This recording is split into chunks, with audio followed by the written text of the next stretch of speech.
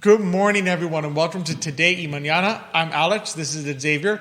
We're very excited to have you joining us on a chilly and definitely fall, wintry morning here in Charlottesville, Virginia. It feels almost a little wintry. I know, it really does. Wait till the rain comes. You know. Then you're really going to be, trust me, if you're not already feeling like you need to be inside with your café con leche, you will be feeling that way in about 3 hours when the maybe rain even starts. dos café con leches. Maybe 2 café con leche. Yeah, exactly. As many as it takes. We do not judge how many coffees you require on Today Mañana. We comprehend it completely. That's right. Exactly. So good to be on here with Xavier. Same here. It's always enjoyable. Great to be on here with Xavier, I have to admit, yes. It would be tough for you to be on. It would be tough for you to be on here without Xavier. That would be a challenge. That would be really tough. That would be definitely tough. But good to be here. Of course, love being on the I Love CVille Network set. Love being presented by Emergent Financial Services and working with our fantastic partners at Craddock, Sirius Insurance, Matthias Realty, Charlottesville Opera, Forward Adelante. And thank you all for tuning in this morning. Always appreciate our fantastic viewers. We have a great show lined up for you. We're going to be joined shortly by Mobley, owner of the Yellow Mug, and then later in the show by Nick Ross and Tamara Rykal, the owners of Pit and Pastry. So we've got a great show lined up for everyone this morning. Already got some people liking the show. Carla Jacovino, Kim Hetty, thanks for liking the show. Kathy, I didn't have to say, don't forget to like and share. They're already. They don't even need it anymore. They're ahead of you. They're ahead of you. I like that. You know, actually, they reminded me I'm supposed to say that as soon as you said that. I said, "Hey, that's my line. That's the only line I'm supposed to remember." Like and share. Well, the audience spared you. They exactly. Did it for you. They liked and shared. They bailed me out. Them. Monica Miller from Montana is joining us this morning. Thank you for tuning in. One of our favorite viewers, and of course, Dr. Elizabeth Urpí viewing this morning. She loves her favorite podcast host. That is me. Every time that's said, someone jumps in and says, either you or Michael, I think both of you have jumped in and said, that's me. We have the same kind of sense of humor, I guess. I think you do. So, yeah, was it last week or 2 weeks ago, I was on with Michael, and he goes, oh, thank you, Elizabeth. I know you meant me. And I said, okay, nice try. But we love all our viewers. We love everyone for tuning in. Got a great show lined up. We do. Yes, don't know about you, but I'm ready to jump right in. Yeah, sure, why not? Because and then later on, we do have a little financings to do, because it's been a very interesting week already. It has been an interesting week in the finance world, so we'll try to bring you up to speed, maybe pick Xavier's brain a little bit.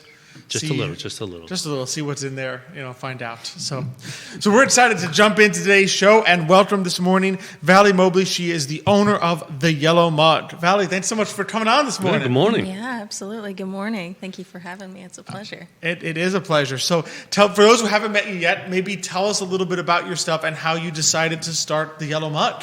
And why Yellow Mug? Yeah, sure. Brown mug, blue mug. That is always the ugly question. Mug. Why yellow?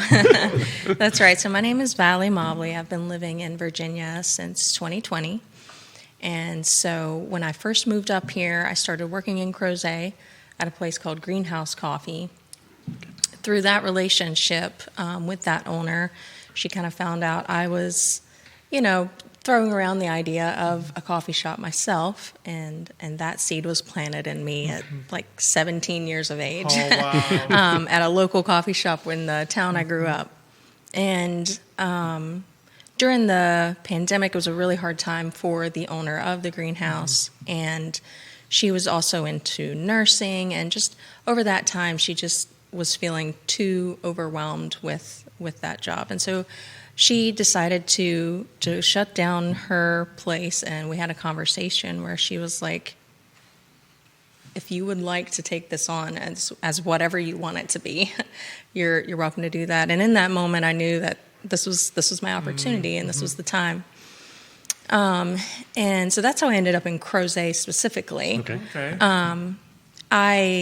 Why the Yellow Mug? So years ago, when I moved away from home, my mother has this specific yellow mug at the house I grew up in. And for some reason, I always drink out of that mug. Even when I go back, she always makes sure it's like clean on this particular hook. And so a yellow mug means home to me, and I want to give a piece of that to the people that come into my shop. Yeah.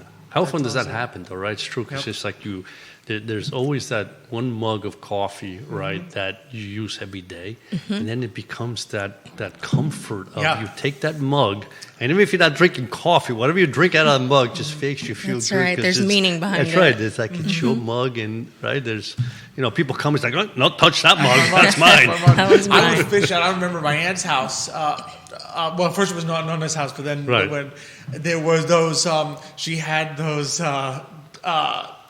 The reindeer mugs. One was Dash, or one was Dan, and one was Mitch. And it didn't matter what time of year, I'd go there, go for the reindeer mug, and just grab it. And I don't know why, but I tell you, I'm back. I'm back visiting. Yep, absolutely. This is my mug when I come here. Absolutely. So that's awesome. You try to get that feeling for people who and even who come like in. people that come in my shop, you start to hear, this is like my favorite mug, like, because we have a plethora of yellow mugs, like of all kinds, and so you start to hear different customers be like, "Ooh, I love when I get this mug," and so you try to replicate that for them. That's awesome. Oh, that's great. That's fantastic. So, what are some of the things people can find there? Is it all different types of coffee, other things? Yeah, so we have a variety of coffee, and it comes from a small roaster. A friend of mine actually, he roasts out of just a shed at his house, and he sells online. It's called The Coffee Corner. I'm the only physical coffee shop that he sells to. He sells to one little trailer in North Carolina as well. But he's got a great product. His stuff is fair trade, and it's really well resourced. So you can find that there. And we also get pastries from Albemarle Baking Company. The people in Crozet really like them being brought a little closer to them. Yes. So, and lots of friendly faces and good conversation. So that's what we're all about, is just we want to bring a sense of just joy to people's day. And you know what's nice about coffee shops? I mean, at least I this is what I find. If you're meeting somebody, and whether it be a friend or clients or whatever it is, right, there's a sense, there's a more quiet, slightly quiet environment where you're just sharing something very simple, right, like a little piece of pastry, a coffee, because sometimes, like, when you go to dinner places, there's nothing wrong, but you go to dinner places, there's a lot going on, right? It's like, what do I get for dinner? What's going on? What do I drink? And so there's more going on. But there it's pretty much, it's simplistic. It's like, okay, what kind of coffee do I like? What I want in my coffee, and a piece of pastry.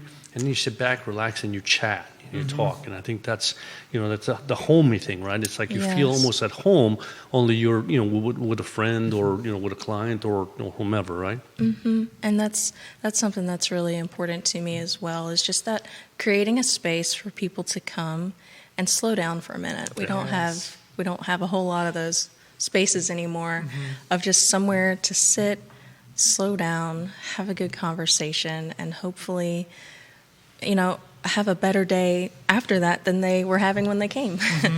True. It is so important, because it's the world we live in, just kind of wants to rush you from one place to the next, and drive-throughs and things like that. But like a coffee shop is meant to be, you go in, sometimes you got no choice but to grab and go, but to come in and sit and relax. That's right. Enjoy a face-to-face conversation with someone that maybe you haven't been able to hang out with in a while, or someone that it's routine. It's like a way to keep in touch. Yeah. That's right. Yeah. I mean, some places, without a doubt, it's like you just feel like you just go in and out, because you just want a coffee. But there are other places where they just feel very inviting, right? So you're going there specifically not just to get a cup of coffee and go, but to get a cup of coffee and stay. And you said, and sometimes even if it's by yourself, you just want to read something quietly. It's like, instead of sitting in your car, you just go there, have a cup of coffee, read what you need to read, a piece of research or something fun. Research is fun for me, but for some other people, it's like, what is he reading? So I think, those are the kind of places that I think are wonderful, right? And great to have in every community. Yeah, I agree. Yes. So, Valerie, what's it been like being like an entrepreneur, like having your own business? Sure. It's by far the hardest thing I've ever done. I can say that hands down. But I think that's one of the cool things about life, is like the harder you push yourself, the harder something is, there's often an equal level of return. It's equally as rewarding. And I know that's not necessarily why I went into it for the reward, but it's what keeps you going, because you know what you're providing is worthwhile. It's something that's needed. And yeah, at the end of the day, when I think of the community that's being built, the conversations that are being had, the people that come in and just want human connection, it's the people every time at the end of the day that keep me going. And honestly, I enjoy that. I really do. Yeah. And how true. I remember once when I was in New York, we had a person come in and kind of help you, right, try to figure out kind of what are your goals, what are your expectations, right? And again, this was from a business perspective. However, they, for some reason, this always stuck to my mind, right? So they mentioned you got to create goals, right? But your goals also have to be such that they're somewhat achievable. No, you don't want to make a goal so easy that you succeed and it's like, oh yeah, well that was easy, right? You want to make it such that there's a challenge there, but don't make it so hard that you never get there, and then now you start beginning to depress and it's like I can never make it. But you have to make it challenging enough that when you get there, you feel good about yourself, right? And owning your own business is a little bit of that. In other words, it's your business. As we talked a little before, you have to deal with everything. If the internet goes down, if electricity for some reason goes down, or if the coffee machine breaks, that's right. It's on you, Buck right? It's like on you have to fix it. You can't just call the boss and say, hey, this is not working, fix it, right? So there's those challenges that come to own your own business. But on the other side, as you said, all of a sudden you see your kind of little dream accomplishing what you wanted to do, right? And that's I think right. That is that's the best part of owning your own business is that when you achieve that little goal, you really feel good. Right? That's right. Yeah, and I learned so much, and I feel like I have learned so much in the last 2 years, and it makes me excited to see what I can learn from here going forward. No, it is. I mean, when you're an entrepreneur, right? Like I remember when we started our business, you decided to do the thing which your business is about. So it's like in your case, you had to, I had to make the coffee and watch the people and have them get their favorite mug. And I was saying, I had to write the research and sell it and do this. And then you get into the business, you're like, oh man, there's all this other stuff that I have to do, which isn't the thing that my business actually does, but I actually have to do also. But the fun part is you trying to learn how to do that. Yes, that's right. And just there's something about settling into realizing, work is no longer a 9 to 5. It's kind of a 24/7 and figuring out how to do that well. A good life-work balance is a big challenge for sure. Now, are you open every day? We're open 6 days a week, Monday through Saturday. Okay, so you're closed on what day? Sunday. Sunday, okay. No, I didn't hear the first part, so I said, I think I missed the word. Okay. Yeah, so that's good. So at least you do have one day off where that's right. You yourself can sit back and enjoy a cup of coffee, right? That's right. Yes. It is important because I think that one of the beauties of entrepreneurship is you have that additional flexibility. I mean, you decide how much, but the flip side is you do work more. Yeah, you carry that burden, whether you're actually making the coffee or serving the people that day. It's what should I be doing to help my people be able to do that well. Exactly. Shout out to Vanessa Parkhill tuning in this morning. Thanks for watching the show. Love our fantastic repeat viewers. Where do you kind of see? You said like learning. You decided to see, where you can take it next. Where do you trying to see the yellow mud being or becoming? Sure, like I don't know. Do we want to talk wildest dreams? Like you can go wherever you want. Exactly. I would love to. Okay, so on the West Coast, there's like these little tiny pop-up coffee places everywhere. I don't know if you've seen that or been able to experience it, but I would love for the Yellow Mug to have its home base, where it is, but also have these little pop-up venues, like so that it can be, I mean, maybe not necessarily a full-on other shop, but like little pieces of it, even if it's a little drive-through, here and there. So that's kind of the dream. But yeah, we'll see. We'll see how that goes. It's awesome to have it. I remember when we had Jeff from I Love CVille Hand Car Wash Shop, right. and he was like, "You've got to think." We'd asked him like what his advice was or something, and he was like, "You, as the owner of the business, at some point you got to start thinking about where you want the business to grow, like what you're doing to grow, and like kind of like you start, your mind starts to move out of the day-to-day into the explore phase." And he says that's when like he knew he was like I'm an entrepreneur. I'm starting to no longer think about how my hand car wash operates day-to-day, and I'm starting to think like, what about this? And what if I do that? And what if there's another location here? And you start to really explore that. And you said that was a fantastic feeling. Yeah, and it's exciting, and just the reach you can have once you start letting your mind go into that world. It's like the sky's the limit. Let's go. Absolutely. That's true. That's true fantastic. That is, Well, we will be wishing you the best on that, and we know we'll have you back one day. We'll be driving somewhere. It's like, look at that, the yellow mug. There's a little blip of yellow over there. I know what that is. Well, Valerie, this has been such a pleasure. If people want to learn more, where can they find you? Either both physically and anywhere else. Sure. So our physical location is in Crozet, just by the only little gas station that's in Crozet at the main intersection. We're in the house is green. It's just an old house. They can find us there, and you can also find us on Instagram and Facebook at Yellow Mug Coffee. Okay, perfect. Yellow Mud Coffee. Mud Coffee. Yeah, the beautiful part about Crozet is if you're on the intersection, so just go, you can't miss anything. Go right there. There's a 4-way stop. And that's right. And everything's there. And everything's there. Don't blink, you'll miss it. Well, thank you so much, Valerie, for coming on. It's been a pleasure. Thank you, Valerie. I appreciate your time. And good luck. Thank you. It was fantastic. So you can't miss it at Crozet, and then Yellow Mud. Yeah, the yellow mug. So be sure to check it out. Especially, if you're, I know sometimes we have viewers at Crozet. If you're in Crozet and you're like, oh man, where do I watch the rest of the show? Just take a little drive, get your coffee, and you can watch the rest of Today Mañana. There you go. So drive quickly now. It's a fantastic place to do it. Yeah, you can do it. You can make it in Crozet. Everything's nearby, 5 minutes away. That's true. So I guess it's so you have that underpass. There's the train. There's the 4-way intersection. Right. Then there's the train underpass and the stoplight. Right.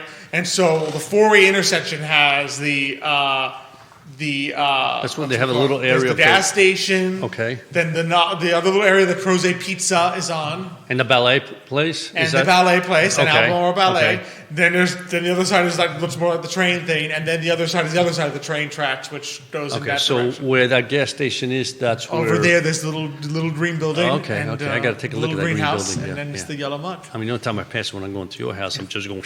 So yeah, you can slow down. I'm gonna have to slow down. Well, I slow down anyway. You can't go very fast because I got a light, the stop sign. You got to embrace the slow down and find the greenhouse, and inside you'll find the Yellow Mud. Exactly. So there you have it. And so from one great guest to another two, we are excited to welcome to the show Nick Ross and Tammy Rykal, the owners of Pit and Pastry. Nick, Tammy, thanks so much for coming on today. Hey, good morning. Hey, thanks so much. I know. Am I right understanding from Nick that you are brother-sister duo? Yes. Okay, so we got the team. So Xavier's my dad, and he couldn't tell. And Nick, who's been communicating with all the guests, is my brother. So we know a little bit about the family duo. So I was excited when I read them. I'm like, yes, another family team making the dream. So maybe to start us off, tell us a little bit about yourselves and how you first maybe started becoming interested in baking and barbecue, how that kind of culinary journey began, and then you can get into how you decided to team up for Pit and Pastry. So I've been baking probably since I could, open the oven myself. So cookies have always been a big part of our family, and I've enjoyed making them. And then I would say pre-COVID, I really started doing a lot more baking for my friends and family. So that's kind of where I went. For me, I started in 2010 out in Kentucky. My dad did a pork butt the other day, or one day, and I ate it. It was good, but I was like, it's kind of fun watching him try and stoke a fire and maintain the heat the whole time. I wonder if I can do that. So I picked up a Weber kettle grill one day and just started going off, and it's where I've been learning how to smoke. And now I've got this huge cabinet smoker on a trailer out in Scottsville. So. Wow. Yeah, and then right as COVID was happening, Nick was out in Kentucky, and I was here in Charlottesville. And I think he had just been kind of... just got furloughed. Yeah, and so we started texting each other, like, wouldn't it be kind of neat if we did something together? And I think it kind of started as like a joke, like, that would be kind of cool. Yeah. And then just ideas kept coming to us, so we started texting more and more. And then we figured out how to get him a job here in Charlottesville. And then from there, we really just started collaborating. And we got admitted into the CIC program here. Yes. Yes, awesome. And so that was really the thing that kickstarted us. We got into that, found out we were on the same page on pretty much everything, and then really just went from there. They really gave us the launch that we needed. What was that experience like? We're big fans of the program, Yeah, absolutely. in part because we already were, but then so many people that have come on the show have been through that program. What was it kind of like? What did you learn from it or take from it? So when we first started, we were kind of, it felt like it wasn't for us. Mm-hmm. We were kind of struggling a little bit to, like, how does this pertain to what we're doing? The examples that we give. We're for like product sales, like clothing and things like that. Yeah. So it was tough to figure out how it fit with our food business idea. Mm-hmm. So, and then they set us up in groups, and the group advisor that we had was able to turn it around and be like, well, if this works for this, you can do this. And the way that she was able to explain it to us, it just kind of clicked. And then we started really understanding the program. They helped us get a rough draft of a business plan. And that's kind of their goal, is to help you get that rough draft of a business plan, and then kind of help you look into different areas on how to start growing your business, which is, it was a really good program. I recommend it. That's it awesome. really opens the doors to some other great products provided by the SBDC, the Small Business Development Center. Yep. And then through CIC themselves. Yeah, and not only that, they gave us a micro grant when we first started, and so that helped us buy the supplies that we needed initially. Yes. And then we started at the farmers market, and they started a program that helped pay the fees to get into the farmers market. So that really helped out in the beginning too. Absolutely, kind of get yourselves out there. Exactly, and get people to know you. Yeah. Seeing you smell, or in this case, maybe smelling some of that, that barbecue, and that's awesome. So, what are some of like the dishes you guys have? I mean, just from the Facebook page alone, there was like a recent picture of like some giant, gorgeous-looking brisket or something on there. So I'm guessing that might be one of them. I've kind of figured out how to do a 7-hour brisket. Wow. That one was a little challenge, just because I had to pre-order a lot of my stuff ahead of time, and then cook it the day of. So I get stuff from Sam's Club. Right now, we're looking for a local vendor for meat, but brisket. That's been my favorite challenge right now. But I also do pulled pork, chicken. I make my own dry rub and sauces. Oh man! So I'm not really outsourcing a whole lot. We have a lot of people ask about the pastry portion. We've kind of backed away from that until we get our own kitchen.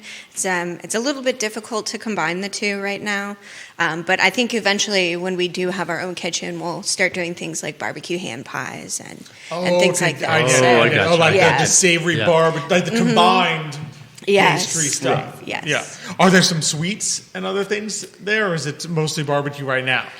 Right now, it's mostly barbecue. When we do special events, I do make cookies for different events, and those are pretty popular. But right now at the market, we're just barbecue. Nice. Our last event we did was the Best of CVille, and we portioned to everything about 250 people. There's supposed to be 4 different food vendors, and we sold out in 45 minutes. Wow. Holy cow. That's telling you something. Now, were you cooking on premises there, or did you have your smoke, or it come? I already smoked it ahead of time and then brought it in a hot box. Yeah, because it takes 7 hours. You can be sitting there, during the night waiting for it to show. Setting up the previous morning. And so when you smoke something for 7 hours, is there like a temperature that it has to be on that you have to follow? I mean, I know nothing about smoking, so I might be asking dumb questions. I don't really know. No. Those are dumb questions for smoking. I do it all by look and feel. I feel like meat can only take on so much smoke. So I'll throw everything in the smoker and start it all at the same time. I try to get the temperature up to about 225. Okay. And then I'll let it sit there, constantly putting more wood in every hour, 45 minutes to an hour, making sure my temp stays. It's about 225. Okay. Meat can really only take on about 4 hours of smoke. Anything past that, I feel like it starts getting really charcoal or bitter. So usually about after 4 hours, that's when I go ahead and start wrapping everything. Because I only have about 7 hours to be at the smoker, I use foil. And they call it the Texas crutch. Texas crutch. And so I foil wrap everything. That more puts it in its own little oven, and so it bakes and cooks down a little faster. It breaks the cartilage. I can't speak today. It breaks down some of the cartilage. Right. Makes it more stringy. Okay, so after 4 hours to smoke, and you cover it up, and so that heat that stays obviously also in the foil continues to cook the meat slowly. Right, and it's the meat's also releasing its own juices, so then it's kind of braising in its own juice. Yeah. And I think that's what makes my barbecue a little different. Okay. Is I don't add, when I first started I used to add beer, but then that cuts out a lot of people they can't eat your food anymore. Yeah. Due to like gluten allergy. Gotcha. So I've cut out beer completely, and I just let it sit in its own juice, and it braises in its own juice. Oh, very nice, very nice. Yeah. So I guess so. What's happened in the last hours is it's no longer absorbing the smoke because it's kind of wrapped in its own. Right now it's just a glorified oven. Oh, okay. Oh, man, I didn't know about that part. I didn't know that you actually at some point have to kind of like. You can't just smoke it for the whole. Now, there's certain meats like brisket. You can leave it and let it go the whole time. You can do it with pork. For me, I think after 4 hours, you're not really adding anything. At that point. And do you cook multiple things at the same time? I mean, can you cook a brisket with pork? I mean, I assume chicken. No, because chicken. I have a really big cabinet smoker. I got custom made from Sling & Steel out of Kentucky. So I have two different doors, compartments, and I have a hot box on the back. So I'll put beef and pork on my left side of my smoker, and then all my poultry will go on the right side, so that if people have alpha-gal or any other food allergies, they don't touch. Gotcha. It's my way of trying to limit cross-contamination. Exactly. And then anything else that I need to smoke, like I do a smoked mac and cheese. I put that in the back above the firebox in my hot box. So you cook the mac and cheese first, and then put it in there. I mean, the pasta. Do you cook the pasta first? It's a dump recipe. I just throw everything in a pan, throw it in the smoker. And the whole thing cooks in the smoker. Oh, really? Man, that's got to be good. And the pasta's raw when you put it in there? Yeah. And it just cooks. Wow. So you don't even need water. Or you put some water in there? It's a lot of milk and dairy. Okay. Yeah. Wow. Oh, man, that's got to be good. That's got to be good, yeah. A smoked mac and creamy, cheese. Right? Yeah. Is that a fan favorite? We usually sell out of that one. What would you say it's been like for you guys? Because obviously, you got the part where you're out there, you're cooking, you're making the barbecues. What's it been like, kind of like we asked Valley, like to be entrepreneurs now, like to be on that side of things? It's definitely a lot. We both still have our day jobs, so it's trying to find the balance and make time to really prioritize our business is definitely a challenge. But I think we're doing pretty well. We would like to do more events. So hopefully, as time progresses, we can kind of cut back on our day jobs a little bit and focus more on the business. But I would say for me, that's the biggest challenge. Yes. It's also kind of nice to watch my brother really in his element. Like he's at the market talking to people and making these dishes and seeing people enjoy them is honestly kind of fun for me. So. Yeah, that's the same. Just being able to watch people enjoy what I create is always what I enjoyed about the culinary art. With doing our day job still, and then like Tuesday is my day. Like I'm not doing anything. I'm staying home. I'm not going anywhere. But usually, even on my days off, it's a 24-hour job. So I'm always researching, always trying to figure out, how do I get these labels created so I can actually start selling my sauce? And that's a whole other process. Absolutely. How many sauces do you make? So right now, I have 5, but we only sell 3, or not sell, but we only have 3 at the market. You have on the I do a Kansas City style barbecue sauce, which is like your generic tomato based sauce, molasses, brown sugar. Then I make a vinegar sauce, which is not traditional because that is where I put beer in the vinegar sauce. I use a Juicy Magic from Devil's Backbone. Okay.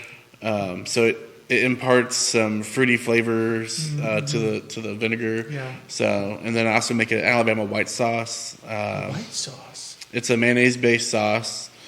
That one has taken me about 3 years to get balanced, just properly, where like I can just throw it together with my eyes closed, and That's interesting. You don't often find a white sauce. At least when you base it, when you go to like barbecue restaurants, you don't often find the white sauce.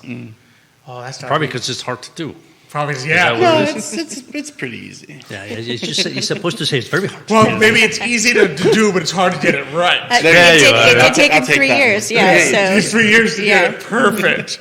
Even if you could in theory make it with a couple ingredients. That's also. I have a friend that he's like I call him like a connoisseur of barbecue, and his theory is that you know a great barbecue place as opposed from anything else if they have more than one type of sauce. Like he's like, you've got to have. If the guy knows how to make multiple sauces, he's like, that's when I really like this place. And I'm like, all right, you do. I'm on the fence for good barbecue doesn't need sauce. Doesn't need sauce because of the rub. Because you just want to taste the meat. Yeah. And then the sauce will overpower the meat. So I make the sauce. I'm kind of a dry person myself. And they always make fun of me. It's like, you're not putting sauce. No, I enjoy the flavor of the meat. And when a brisket is like perfect and moist and fatty, I'm like, I want to taste that fat. Yeah. I don't need anything on this thing. I want to taste the fat. I literally want to taste the fat. It's the best part for me. So that's we're on the same page there.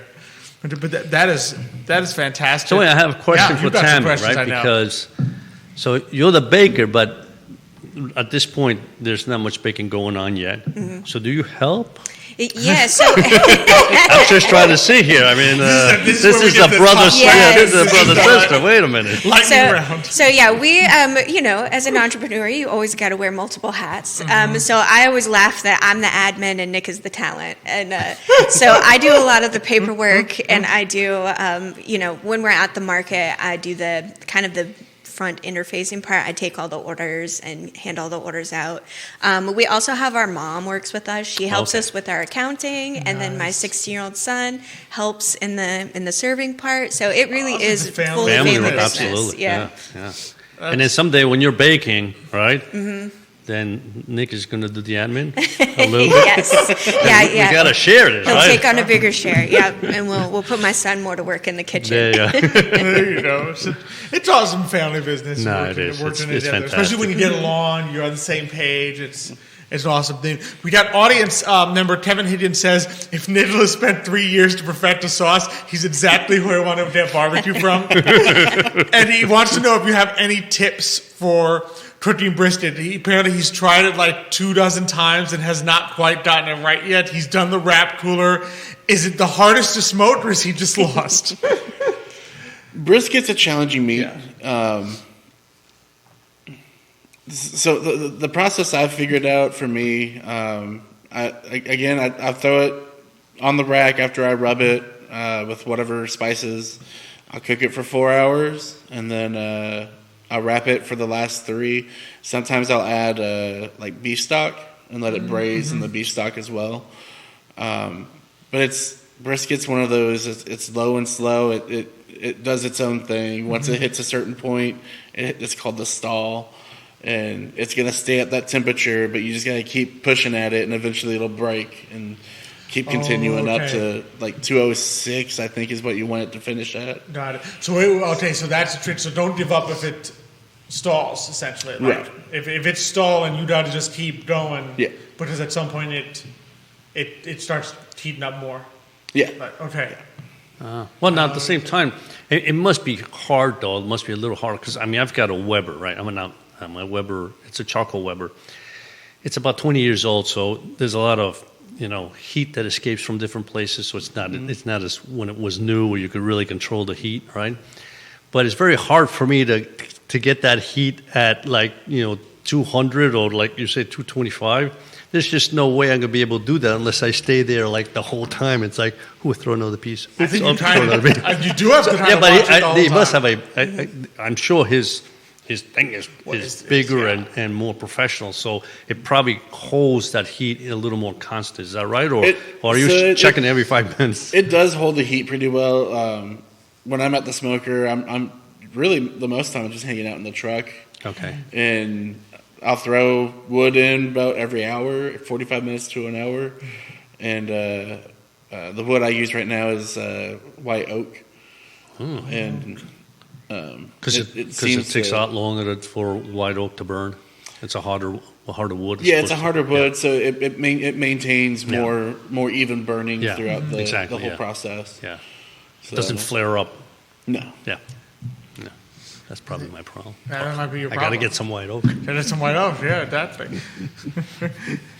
Kevin it's funny. He does. I'm just going to buy brisket from Nicholas. That just sounded like my being on a commercial airline, then being asked to land the plane. Well, I've always got brisket at the farmers market. So yeah, you're safe with Nick. That's probably the safe way to go. The safe way to go and do that.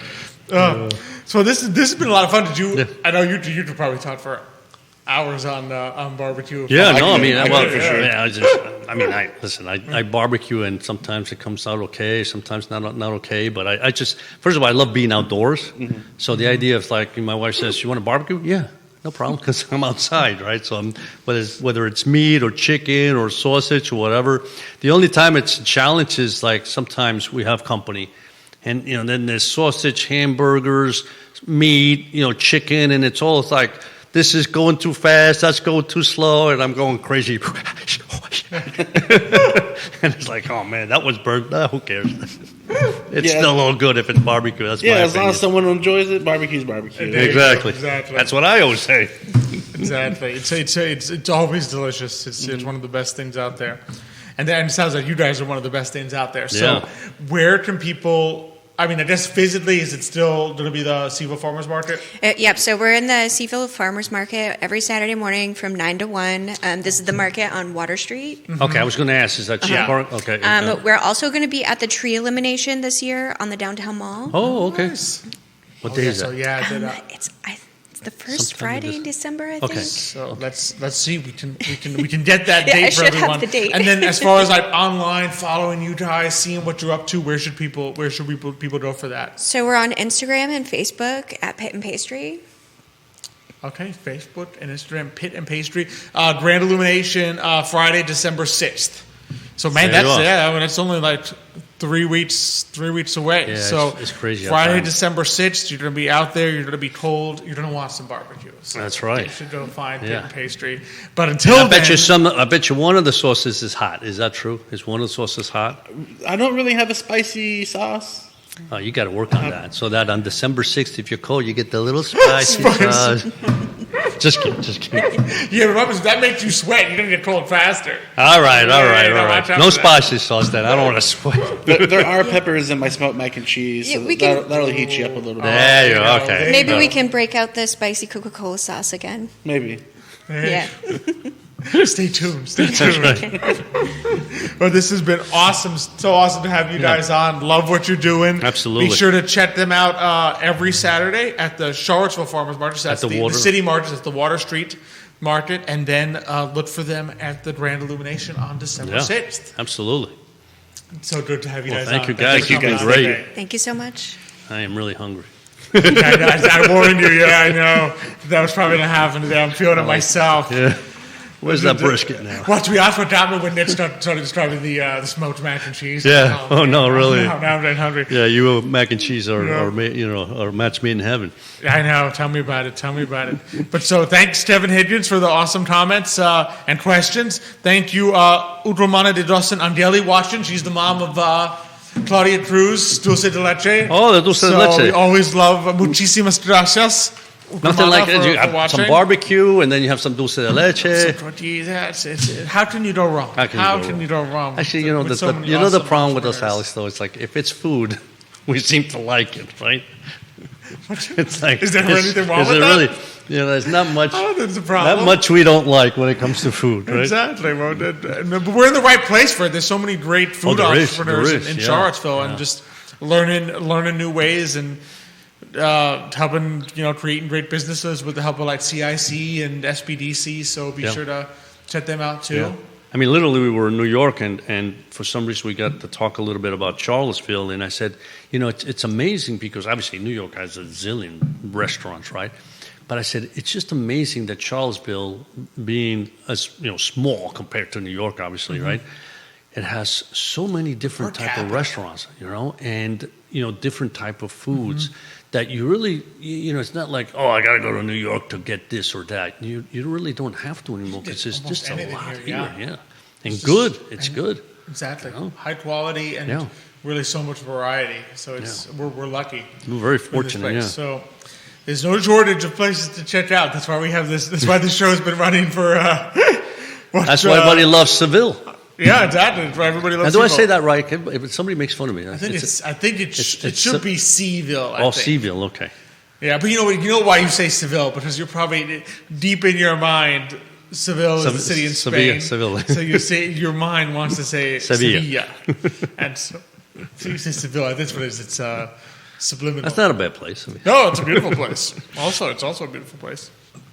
And of course, one of the beautiful things of having you on is after a long break, a little bit, we get to do some finance topics. that's right. You and I haven't had an opportunity. You and I haven't done one. Yeah. I've done a couple with Mike. Yeah. You've probably done one with Michael. I did a maybe, little bit with Mike last Michael, week, Yeah, yeah, and Michael so last and week, now yeah. we've got some Yeah. finance topics. Yeah. What's You been know- on you your know- mind? 'Cause, I mean, it's definitely been a crazy week. We have a lot of people. Ask them what's going on. What's the bond market? Yeah, doing, what's the stock- everybody's just calling and find out what our thoughts are, what's going on. I always find it amazing, and it just pretty much happens almost every presidential election, right? So you get whether it's typically it's when the change, happens really more than if it's the same, Same administration. incumbent, There's not that.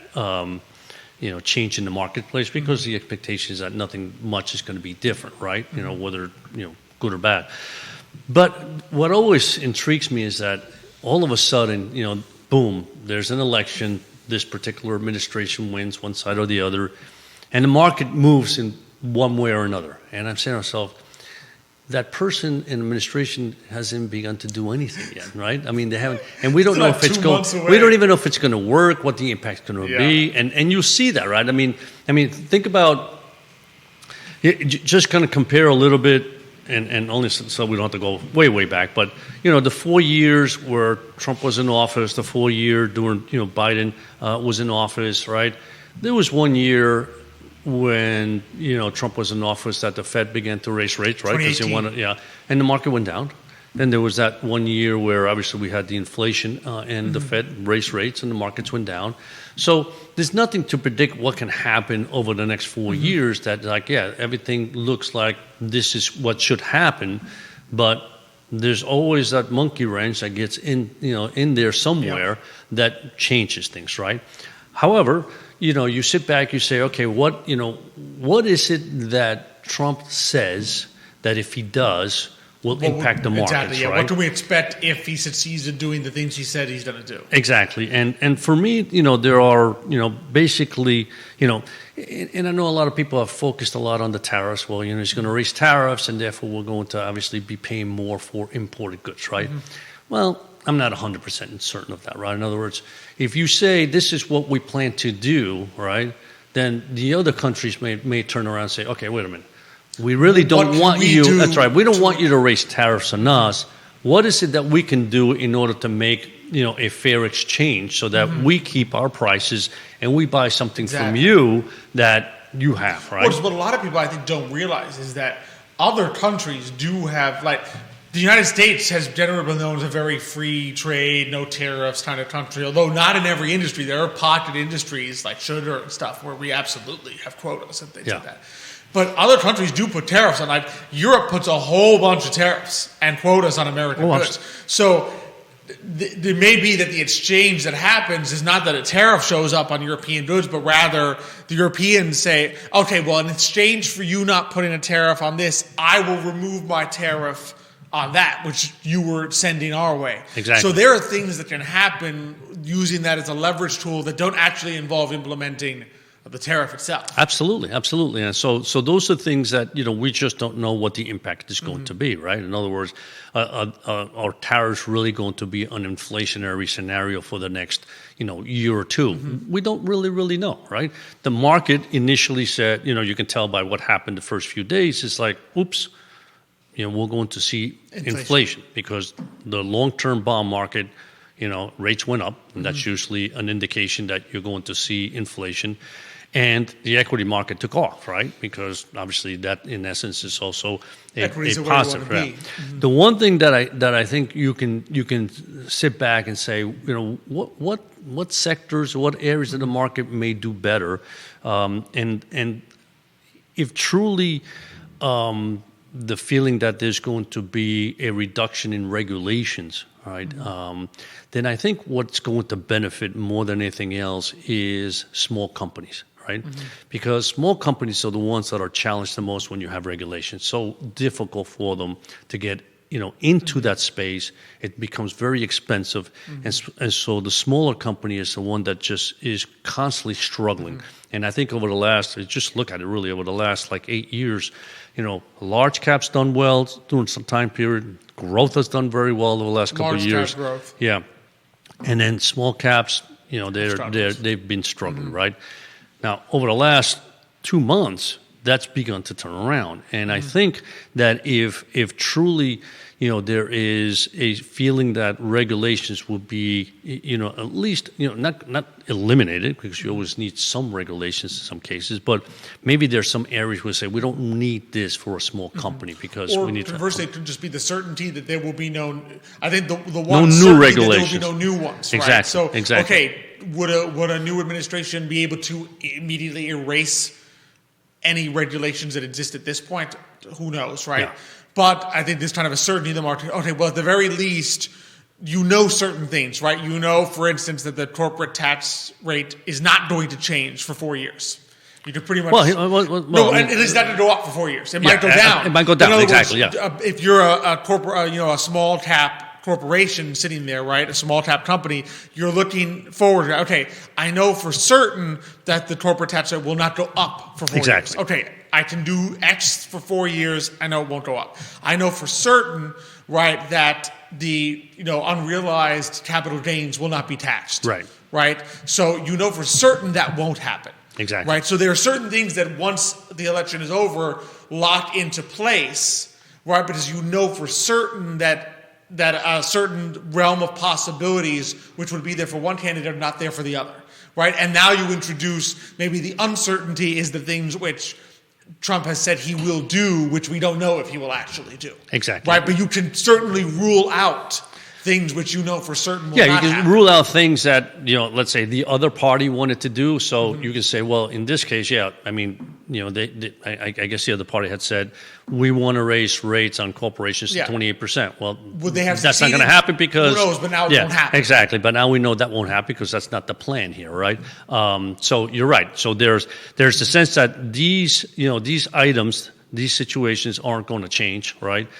And the expectation is that if the other areas that are positive for corporations do come about, then my feeling is the small cap companies are going to do well, and also you're going to see a lot more mergers and acquisitions, right? Because that's when it really begins to feel where it's like, that company has everything I want, everything I need to buy that company, or I need to merge with that company. So I think we're going to see more of that. And if you see that, obviously that triggers, right, a nice bull market for small caps. So I think small caps are an area where, they might do well. And who knows? I mean, I'm not saying they will. I'm just saying that from my perspective, that's an area of the market that I think can do well under this particular administration, right? So that's one area. Convertible bonds, right? Convertible bonds, when you think about it, that's another area where, when rates are much more... So for those who aren't familiar with that, explain, what is a convertible So a bond? convertible bond, basically, so what happens is a lot of companies sometimes just need to borrow in the marketplace. So there's really three ways to borrow, right? Issuing stock, right? So you issue stock, and therefore people buy the stock and you get money, company. Right? Two is in the bond market, it means that you borrow money, right? So you go out there and you issue a bond that you pay whatever, 5, 6, 7%, depending who you are, for X number of years. So again, you're getting money on that, and you have to pay that particular income interest rate. And a convertible bond is a little bit of both. So you issue a bond at a much lower rate, with the option that sometime in the future, right, you may be able to convert that particular piece of paper into stock. So there's a trigger. So let's say that you buy it and the stock of this company is trading at $10, right? The trigger may be 20. So in other words, once it gets to 20, you can convert your particular your bond into equity, right? And so that allows you to get a much greater upside, right?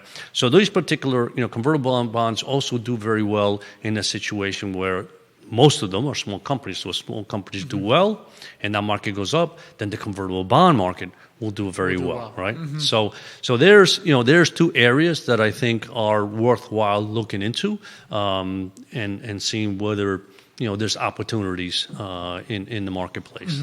So again, it's a lot of changes, but you sit back and say, this is not going to happen overnight, and the market has reacted very positively over the last few days, and that's typically what happens. But sometimes you have to take a step back and say, I'm ready to make some changes in my portfolio structure, but you have to make sure that what is it that do I want to accomplish? And two, we always talk about this, every client has his kind of risk reward. Just because you think small caps and convertibles are the place to be, it may not fit a particular strategy. It's like, that doesn't fit this particular client. So you have to step back and say, how do I, what are the ways that we can adjust this particular client base to take advantage of things that we think may happen without adding a lot of risk, right? So it's a it's a strategy that you can begin to employ, but you have to make sure that it's being done in the right way.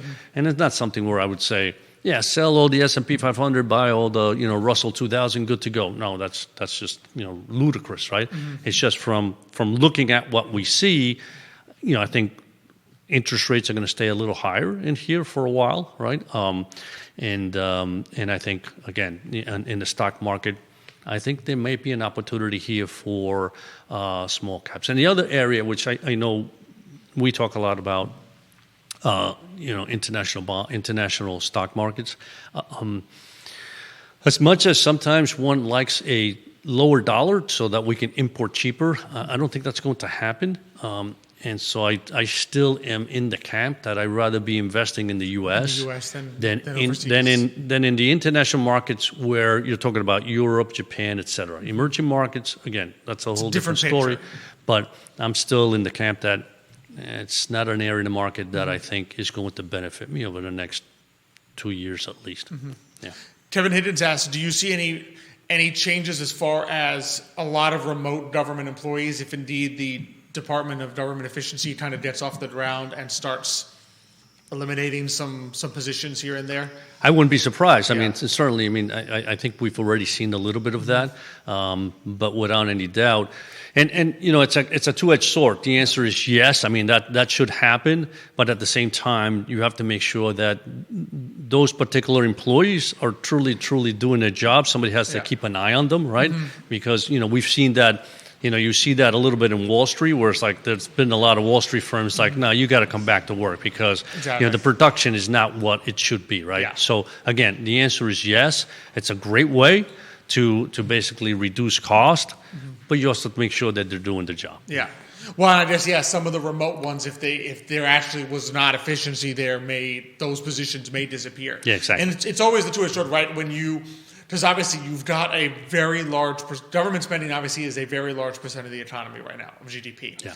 Right? So the question always is there to have you crossed that tipping point where you get what's known as the crowding out effect. In other words, is government spending so large now that it is in fact crowding out other forms of investment? In other words, capital is not flowing the way it should be flowing. That's right. So obviously one way I think you have to be reasonable, right?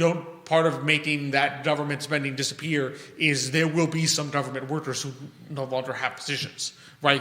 It's not, granted, let's say there is waste, there is fraud, there is things you could low-hanging fruit. Well, right? There's got to be. I mean, we know there is. We know there right? is. We know there how is. much we don't. But how much? Yeah. Right. At some point, you probably have to go beyond the low-hanging fruit, and you will start, removing positions, particularly if they're considered to be inefficient or they're just not contributing. Right. So the question is, okay, you now have certain people that maybe are laid off. Do they find jobs elsewhere? Now you've got less spending. Do you now see the capital begin to flow in a more appropriate way? And right? you would hope so. I mean, you because would hope so. Let's be honest. I mean, the concept of looking at our government, right, and seeing where the inefficiencies are and beginning to reduce those particular departments and people, that's going to be a big challenge because that creates unemployment, right? So there's got to be an economy on the other side that is beginning to grow really well so that those folks can then find jobs. Because if you're in a situation where the economy is slow and you're letting jobs go, you've got a big problem in your hands, right? Exactly. So it's, again, these are things that it sounds great. Let's reduce government. Let's get rid of these people that aren't doing anything. Because, I mean, let's face it. I mean, your taxes are paying for what, these are right? the ideas that, however, you can't guarantee that they will be implemented. Exactly. Right? So you can't guarantee that it's going to be simple. It's like they're going to lose their jobs, or there's going to be another job on the other side that they can make. It doesn't always work. I always say we don't live in an all else equal world, right? Exactly. Whenever you run these simulations, you can't just immediately go implement your ideas in the stock market because we don't live in a world where if you change all these levers, nothing else changes. Exactly. Right? Exactly. Yeah. If it was a world where you could just turn the spigot and government spending goes down and nothing else changes, so now there's a bunch of capital that can go elsewhere. That's right. But the economy doesn't work that way. You don't just turn off the spigot and then say, oh, wow, nothing else changed, because it's never worked exactly, that way. It never works that way, yeah. I mean, listen, it's like when we run financial plans, right? I mean, there are, in these financial plans, sometimes you run 1,000 scenarios, right? And you realize, and I always tell, and I always tell people, it's like, the one thing I can guarantee you is like, none of those will happen exactly the way, right? The whole point is just to figure out, you got 1,000 plans, and so somewhere in the middle is probably where you're going to land, most likely scenario, right? But because you don't know. Yeah. I mean, and it's the same thing in one's life. It's like, this is what I plan to do for the next 10 years, and all of a sudden 3 years from now something happens. It's like, oops, I got to change. I need a new boiler. The roof just leaked. I didn't expect to have a new roof 3 years from now, but 10 years from now. So anything can happen, right? So again, this change is going to happen as to whether the transition and all that change is going to go smooth the way one would hope. One, I doubt it very much, right? Yep. But, you still have to. And it may take its time. Yeah. So, I mean, that's, at the same time, that's what makes our job fun, because, just when we think we've got it right, it's like, oops, that didn't work out. That didn't work out the way we thought, so let's go ahead and readjust. Exactly. Yeah. we say it all the time. It's about the number one thing is watch the risk level of the client. Yeah. Watch the risk level of the portfolio because the predictions. Yeah. We can't control the direction. Only in some ways you can control the magnitude. Exactly. So, but there you go. There's our finance topic. Yeah, today. there you are. Always enjoyable. No, I think it's important to try to calm people down and be like, oh yeah, you can't take the market's movement in 5 days and extrapolate. Yeah, because the next 4 what, years. and it's and we talk about market psychology all the time, and it's behavior of people, and there are folks that are just deathly afraid. It's like, come on, we've gotten calls like, should we go all in cash? Yeah. And it's like, no, don't go all in cash. And same thing happened, but the other way. It's like, you sit back, you have to tell people the most important thing I always say is really monetary policy, not fiscal policy, and what the Fed is doing. And you and I, talk about this all the time. What the Fed is doing is what we focus more on than on the other side, because that's much more important. That's, money, the money flow, the cost of money is truly very, very important. Impact. And that's where we focus on more, and the rest, it looks like the more boring part, but that's where the action happens. Yeah, exactly. Well, it's been a good show. It has, yeah. Really enjoyed it. That was, had some great guests. Be sure to check out the Yellow Mud in Crozet, as well as Pit and Pastry at the Charlottesville, the City Market. Yeah, exactly. Yeah. So, and next week, got some great guests lined up as well. Christine Day from Miss Day Delights Home Baking is gonna come on, as well as Chelsea Miller from Naturally You, a self-care company. So we got some more entrepreneurs tuning in next week. That's beautiful. So all these entrepreneurs awesome. love it. I'm looking forward to it. Looking forward Same to here. In fact, I think actually next week might be you and Michael. It won't be me, so I'll miss everyone. Right. But I'll be waving. Michael and I are ready. So there you go. So of course, always a great show. Always great being here with you on the I Love CVille Network set. Always appreciate Judah behind the camera, making us all look good, especially Xavier and I. He really wait. He has his work cut out for him there. Where did that come from? I wasn't just you can say yourself, but I mean Xavier. I might as well just me under the bus. Look at how well dressed I got today. No, you did. We both got well dressed today. That's true. But of course, love being here on the I Love CVille Network set. Thanks to Emergent Financial Services for presenting. Thank you, Charlottesville Opera, Matthias, Realty, Craddock, Serious Insurance, Forward, Adelante, our great partners. Thank you, all our fantastic viewers. Thanks for your questions, comments, likes, shares. We appreciate all of it. Try to stay warm. You might need 1 or 2 café con leches to do it, but we're with you in that. We will look forward to seeing you next week. But until that time, as we like to close it out, hasta mañana.